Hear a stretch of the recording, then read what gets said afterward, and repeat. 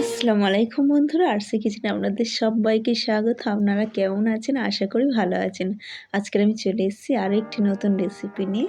রেসিপিটি হলো খিচুড়ি। ভীষণ সিম্পলি বানিয়েছি। বাড়িতে কিছু সবজি ছিল, সেই সবজি দিয়ে খিচুড়িটি বানিয়েছি। ডালে চালে যেমন খিচুড়ি হয়, তার সাথে শীতের কিছু ভেজিটেবলস দিয়েছি।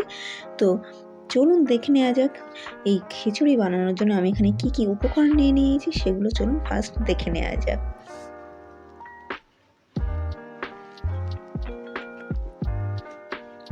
তো আমি এখানে নিয়ে নিয়েছি কিছু ভেজিটেবলস, যার মধ্যে আছে গাজর আর ফুলকপি, আর নিয়ে নিলাম আলু, নতুন আলু ছোট ছোট পিস করে নিয়েছি, আর নিয়ে নিয়েছি বাঁধাকপি। এগুলো এবার ভালোভাবে আমি ফ্রাই করে নেব। সবজিগুলো একটু ফ্রাই করে নিলে কী হয়, আরও টেস্টি হয়।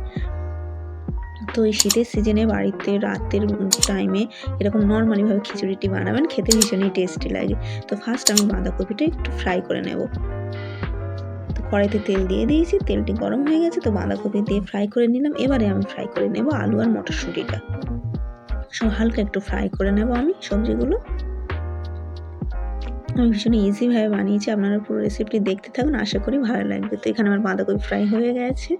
এবার এখানে নিয়ে নিয়েছি আমি মুগ ডাল আর মসুর ডাল, দুটো ভালোভাবে আমি ধুয়ে নেব। নিয়ে আমি এগুলো কুকারে দিয়ে একটু সিটি মেরে নেব, তাতে কী হবে, ডালটা একটু নরম হয়ে গেলে আরও ভালো হবে।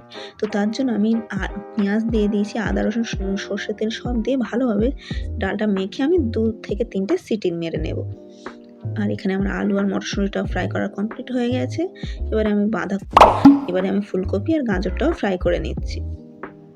তো এবারে আমি কি করলাম, পানি দিয়ে দিয়েছি। ফার্স্ট হাঁড়িতে পানি দিয়েছি, তার উপরে আমি চালটা দিয়ে দিয়েছি, দিয়ে অল্প কিছু টমেটো দিয়ে দিলাম, দিয়ে এবার সবজিগুলো একে একে দিয়ে দেবো। ফ্রাই করে রাখা সবজিগুলো আমি দিয়ে দেবো। আর এখানে আমার ডালটাও সিদ্ধ হয়ে গেছে। তো সব সবজি আর ডালটা আমি দিয়ে ভালোভাবে নাড়াচাড়া করে আমি ঢাকনা দিয়ে দেবো। তো পুরো রেসিপিটি দেখতে থাকুন, সিম্পলিভাবে বানিয়েছি। রেসিপিটি খেতে ভীষণই টেস্টি। তো এবারে ভালোভাবে আমি নাড়াচাড়া করে ঢাকনা দিয়ে 20 মিনিট মতো একদম লো ফ্লেমে গ্যাসে রেখে দেব। তো 20 মিনিট পরে আমি ফিরে আসলাম, দেখা যাক। তো আমার খিচুড়ি কমপ্লিট হয়ে গেছে। কি মাখো মাখো মতন করেছি আমি, ভীষণই ড্রাইও করি না, আর খুব মানে মানে নরম যেটা করে না, একদম ঝোল মতো ওটাও করি না, একদম একটু মিডিয়াম মতো করেছি খিচুড়িটা।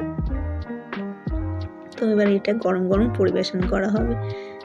তো আপনারা বাড়িতে এরকম কিছু ভেজিটেবলস, শীতের ভেজিটেবলস থাকলে এরকম সিম্পলিভাবে খিচুড়ি বানাবেন, খেতে ভীষণই টেস্টি লাগে।